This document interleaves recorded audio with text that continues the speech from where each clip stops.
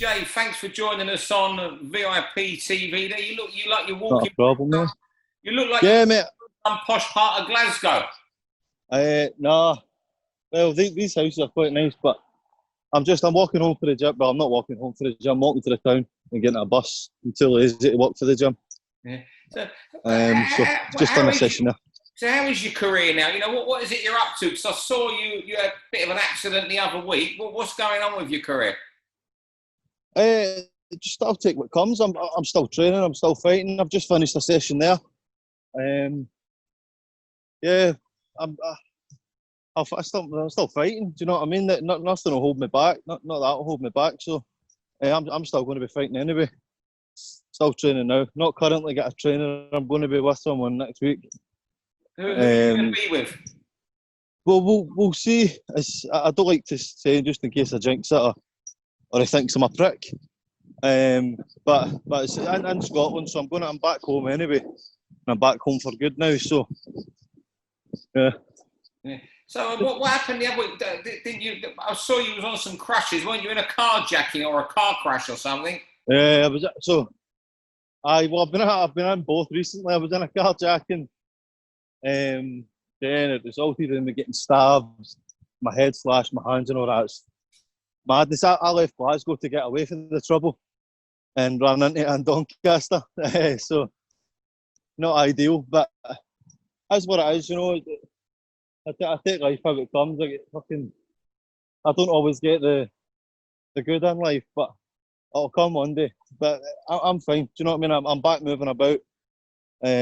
Still a bit of pain in my leg, but I'll be all right. And then I was knocked off my bike by a car 2 weeks ago, which stopped my training as well. So that's I need to stay away from cars.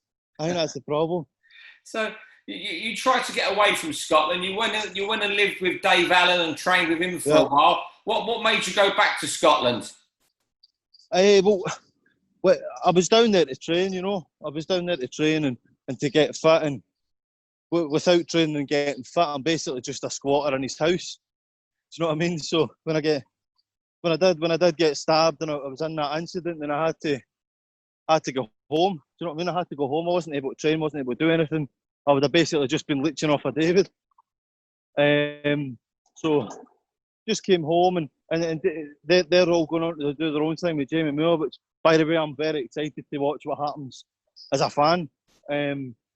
Not just as a mate, but I'm excited to see what happens when I'm training with Jamie Moore and that. So, but everybody goes in their own path, you know. I love my time when I was there, and I'll never forget it. And it helped me a lot. I mean, it's been some path you've had, though. I mean, you're only 22, but it's like you had these incidents the other week. I was reading about you know you was in an orphanage at 10. Was you in the Caribbean? Yeah, well, my favourite saying is "Mi vida es una montaña rusa." My life is a roller coaster, because it's mad. Do you know? I get the worst of the worst, but I've also the best of the best. I was blessed to have fought in Madison Square Garden, and you know, I'm just a wee fat guy for the slums in Glasgow, and I fought on HBO. I fought on BT. So I've had the good. The good just comes with the bad. You know what I mean? It's a balance. But I mean, that's pretty bad. Did you end up in a Caribbean orphanage when you're 10 years of age? You must have been really scared. It was. I had to. I've got a little brother. He's autistic, and he was with me at the time. So he was there. So I had to just kind of be strong in that for him. So I didn't really think about it as being scared or being that. I just had to look after my brother. You know, it was a mad time. It was just fucking shit happens, didn't it? What was it? A relative got in trouble there, didn't they? It was a relative's, but it was my mum's partner, and it was. Aye, it was just bizarre. It was bizarre. You can read about it, you know. I don't like talking about it as much, but yeah, that was aye. Okay, so then unfortunate. Let's go on to your boxing career. You're 12-5, but you've got a name. Obviously, you're good with social media. Being 12-5, do you think some people who might see you think, he's just a social media fighter? Because it seems a favourite sort of saying about, Dave gets that sort of, we'll see. thrown at him. Yeah. Well, see, they say that, but see, a lot of top guys will not say that. A lot of guys at a level below are someone that wants to have a go at me because they think, oh maybe raise their profile slightly. I've not got that much of a following, but my name gets floated about. But the guys at top level know I'm dangerous. You know, I've sparred with a lot of big names, and I've pushed myself and proved myself, and you can see I'm notorious for being lazy and not training that. But even if you watch the first minute and a half of the Ultimate Boxer fight, like, I can fight. Do you know what I mean? I can fight, and it's knowing that I can fight, even though people say, "Oh, social media and all this sort of stuff." Like, yeah, but that this kind of sort of stuff keeps me sane. You know, keeping a story and not knowing that other people are out there connecting with me. If I don't have that, then I just feel quite kind of trapped and isolated, especially in this time where I can't socialise with people. But I like social media, and it just helps me kind of realise that there's people out there that aren't out to get me. And you know, people say what they want about fighters that put themselves out there on social media, but it's helped me in the long run. Do you know what I mean? So as well as I can fight. So if I don't know, like somebody wants to say, "Oh, he's just a social media fighter," well, fight me, and we'll see if I'm just social media. Do you know what I mean? Because a lot of these guys will say that below me, but then when it comes to, right, well, do you want to come up to Scotland to fight me, or do you want me to come down there and fight you? Nah, we'll not do that. Nah, we want paid well if we're fighting you. Well, don't call me a social media fighter if you're not just going to. If you think I can beat you, then don't say I'm useless. You know what I mean? Yeah, and so you say you're notoriously lazy. So you're going to go to a new trainer next week. My whole career I've been with trainers that just kind of I've got on with them as mates. So I've got leeway when I go out and I go out for a drink with the mates. Right. They've got leeway with that, and these guys they don't take shit. Do you know what I mean? They're no nonsense, straight to the boxing. You're training and that's it. You're not getting 2 days off because you've got a hangover for hell, or do you know what I mean? You're not getting away with going to McDonald's on the way back to the gym. You're training, and if you don't train, you're out. So, and that's what I need. I need somebody that's going to put their foot down and be strict with me. Yeah. Could it be okay then? I don't know. This sounds to you. You know, could you be accused then of apart from when you got down to cruiserweight, that you've been playing at this game then since turning professional? Ridiculous. See, when I made cruiserweight, I got myself focused, and it was to prove people wrong because everybody told me that I couldn't make 14.4. And to be perfectly honest, I didn't think I could make 14.4. Hey, how you doing, man? You good? Big Newton plays for the Glasgow Warriors. Just drove by in his Maserati, and I'm away to get my first bus. Brilliant. But yeah, I have been playing, you know, and I made that because people said I couldn't make the weight, and I went, no, well, fuck you, I'm going to do it, and I went and done it, and then I was meant to fight Collins Jr. I was like, look, I've made the weight before, I'll do it again. He pulled out the week before, and then when he pulled out, I went, what the fuck's the point? And I went off the rails. I went mad and going in 4-day benders and turning up to fight, and it's just stupid. Do you know what I mean? But I've got a lot of problems upstairs, and sometimes that's just one way of numbing it is just punishing myself by not training and getting out fighting. Like the Ultimate Boxer. The night before that, I was sitting in the bar having whiskies. They'd shoulder monkey, and I quite like a shoulder monkey. I went, oh, fancy a couple of them. So I sat there and I must have had about 5 or 6 double whiskies then. Went to my bed, woke up and fought. But it's not, I don't know why, but it's subconsciously I think I just punished myself with not training and not taking it seriously. But I've definitely been playing at it for far too long, and I know I say constantly I need to change, but just after the incident that happened and how it could have, my life could have turned upside down, never mind my career in boxing, that's made me realise, fuck, I need to do this, or I've nothing else. Do you know what I mean? Yeah. This is all I've got, and I'm going to be the guy I could have done this, or I should have been the best. I know I was looking at myself thinking I'm going to be that guy, know what I mean? I'm only 22 years of age. I've got plenty of time to turn around. So I need to stop playing at it, is the gist of that.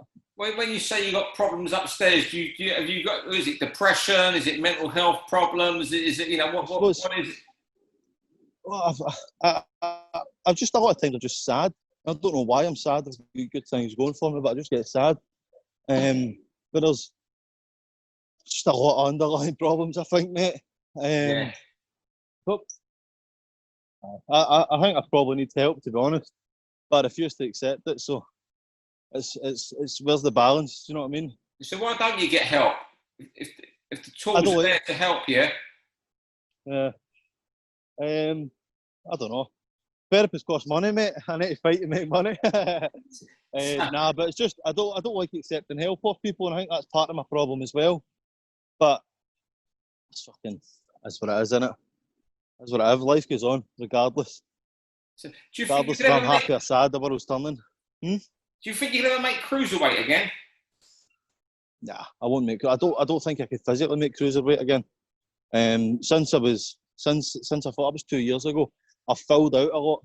Yeah, I've obviously, I've put on weight, but I've filled out a lot. Like when I look at pictures at cruiserweight, it looks like a different person.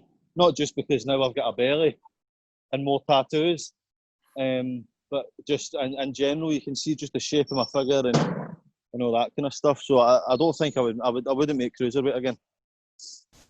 No. Yeah. So what's the story behind all your tattoos? Because they seem to increase by the month.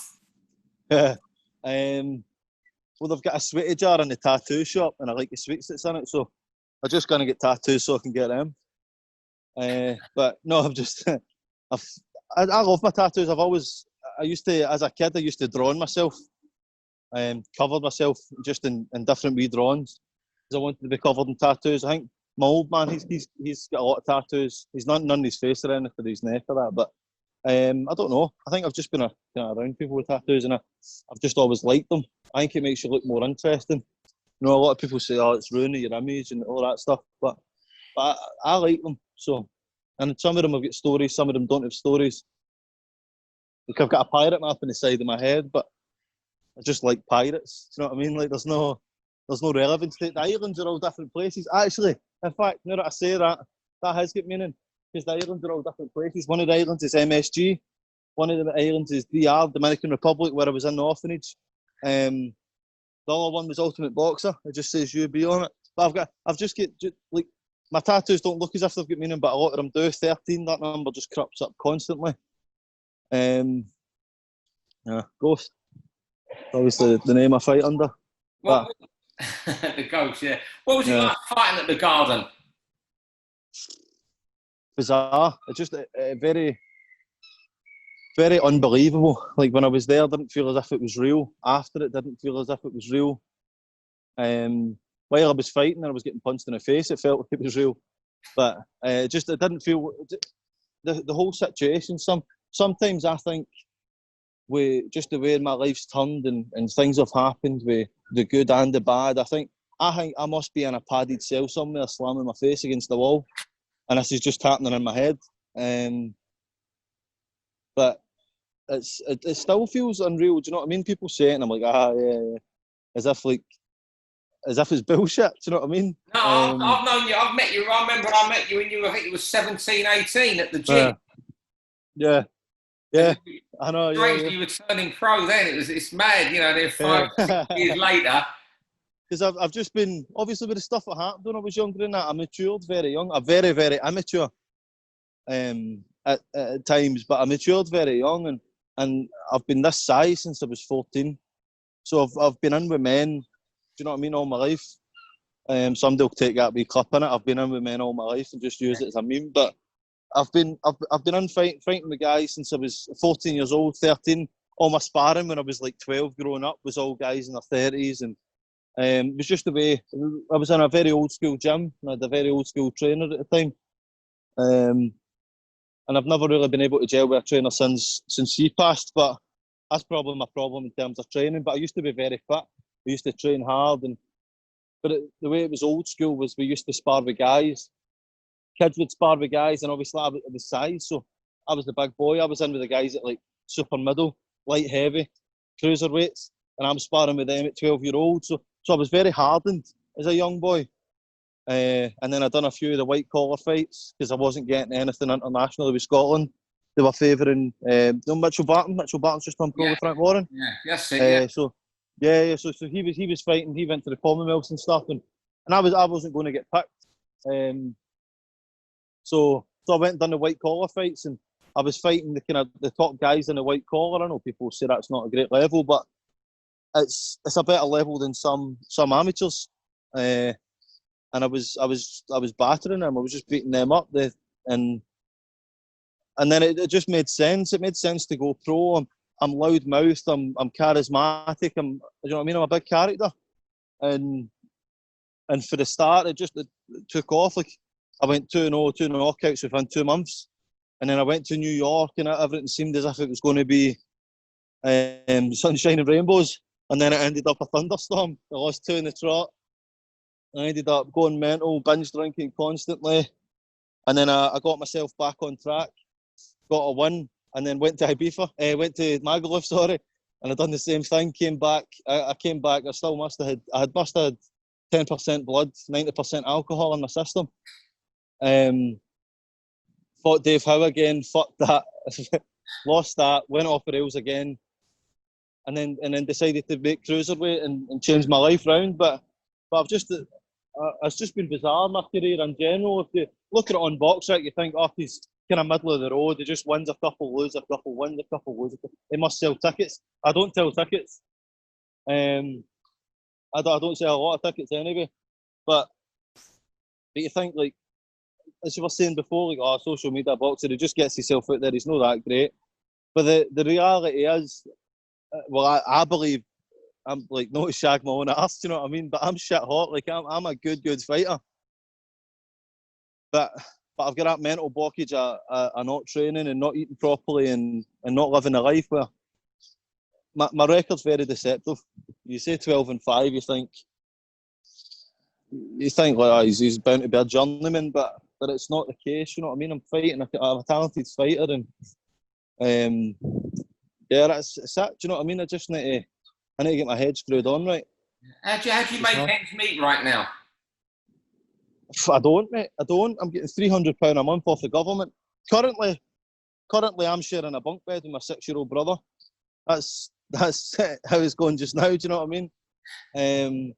Because when I was a complete reset when I came up to Doncaster, I was living with my uncle, and then I went out. They're very strict on the whole COVID situation, which I'm not a believer in at all. I don't think it's what it's been made out to be. But I went out again, typical me. I went out, was drinking, just socialising with people, and they didn't want me back in the house. But I've got 2 young kids, so if they see it that way, obviously that's understandable. But now I'm back with my mum, so I'm in my mum's in a bunk bed. But I don't make ends meet. I'm getting £300 a month for being unemployed. But I'm about to start. I'm about to start barbering when the lockdown's done, so that'll be something. Looking forward to starting cutting hair and stuff. The final question, going back to boxing, how much do you think you can still achieve in this sport? See, I believe I can achieve a lot. I can't. Obviously, I'm not going to be a world champion, because I've took 5 losses and people are. Do you know what I mean? So a lot of it's about public perception, where you go and how far you go and who you fight and how you're wrapped in cotton wool, and a lot of it's about that, who you're put in front of. I'm going to be flung in the deep end all the time now because I've got 5 losses. There's no way to defend it and go, no, you need to pad this record. You need to pad this record. It's not going to happen for me. I'm just going to get flung in at the deep end, which I'm happy with because I perform better under pressure than I do if I'm fighting a journeyman. Don't like it. I've only fought 4 journeymen out of my 17 fights, 4 proper journeymen anyway. So I need somebody swinging back at me or having a go, or else I just get lazy and I'll look bad. But I can go as far as the opportunities I've been given. Do you know what I mean? If I get a good opportunity, I'm going to take it. And then I'll kid on that all this poor discipline stuff was a plan to get to that point. You know what I mean? but but it's if I'm looked over or I'm looked past, it's I know why. Do you know what I mean? Because I've lost 5 times, and but if I get given the big opportunities, I'll take them. I will take them, and I'll give it everything I've got. Is there anyone particularly you'd like to fight when you look at the British heavyweight scene? Is there someone you see and you think I can beat him? Not to name names, but I reckon I could have won that gold robe. 100%, I could have won that gold robe. Yeah, so I reckon I would have handled guys on that. But there's, like people putting on the same kind of levels, like Tom Little and that. I think I do very, very well against guys like that as well. I don't want to name names. I don't want to be like, oh, I want you, I'm going to fight you, and all that stuff, because I don't have the finance behind me to back it up. So if I go, oh, right, so let's just say I said Dillian White, I'm going to batter Dillian White. I don't have £3 million to put up to fight Dillian White. Do you know what I mean? Like, I say what, you and Tom Little would be fun. See, you both give it plenty of mouth. You'll both come out swinging. If somebody wants to put the money up for me to fight Tom Little, I'll do it, 100%. I reckon that'd be a good one, and we'd be mates after it. You know, we'd have a go at each other, swag each other in the press conference. I'd need a translator, and then we go for a pint after the fight. You know, it's but that would be a good one. I reckon that'd be a good one if somebody wanted to put that on. Probably sell as a fight as well, because everybody sees us as both kind of middle of the road. It'd be a good scrap, but I'd fight him. I think he's very underrated, to be honest. Tom Little. Said this before, but I'd fight Tom Little, yeah. That's probably not going to be it. Jay calls out Tom Little, but guys like Nick Webb, another guy I liked him. I got on well with him, but I reckon I could beat Nick Webb. I'm not going to just keep naming names and say I'll beat him. Fuck it, give me Dubois. Don't give me Dubois. Dubois battered me, but. He's good, isn't he, Dubois? Wow. He's very good. I was. Do you know what I was shocked with? Right, his jab is fucking frightening. The whole left side of my face was all beat up. Really? And it was just boom, boom. It's like a ramrod. I just realised I'm standing in front of Central Station, like fucking. I'll get fucking threats, but his jab is fucking frightening, man. And I was shitting myself for the right hand to come over. I'm not going to lie. It came over and it hit me, and it wasn't as bad. And then that's when I was sparring, I went, all right, that's fucking it. So if I go in, because I was like, if I curled up for a while, and I'm never usually like that. But when he hit me with the right hand, and I knew it wasn't knocking me out, I was like, right, that's fucking it. So if I tear up, but he's very good. He'll go all the way, 100%. He will be a world champion, Daniel Dubois. And I'll regret getting paid to spar him with a Peacock t-shirt. You know what I mean? He's world champion, and Black could have paid me thousands to spar him. And I got a fucking t-shirt. But Dillian White's another one. I think he's the most dangerous in the UK. Really? Dillian White. Yes. I sparred with him when I was young, and then I sparred with him when I lead up to the Chisora fights and stuff. Yeah, he needs his chance. He needs his chance. You know, I seen something about Fury becoming franchise champion. Yeah. Which is stupid for a heavyweight, because he's never going to go to cruiser. So he's never going to need to use the franchise. That's just fucking money making, isn't it? Yeah. But he deserves his shot, I think. See, I talk about all these fighters as if I'm above them, like, oh, he should do this as if I'm the promoter. But yeah, I think that Dillian White's the most dangerous in the world at the moment. Brilliant. Well, it's been brilliant talking to you today, mate. Really good and interesting hearing your story, your thoughts on the heavyweights, and you're very open and honest as always. Yeah, honesty is the best policy, mate. No, thanks for speaking to me, mate. Thanks for having me on. Pleasure. For all boxing info, news, and latest interviews, amateur and pro across the north, click and subscribe. VIP Boxing Promotions. Also, Twitter, Instagram, and Facebook.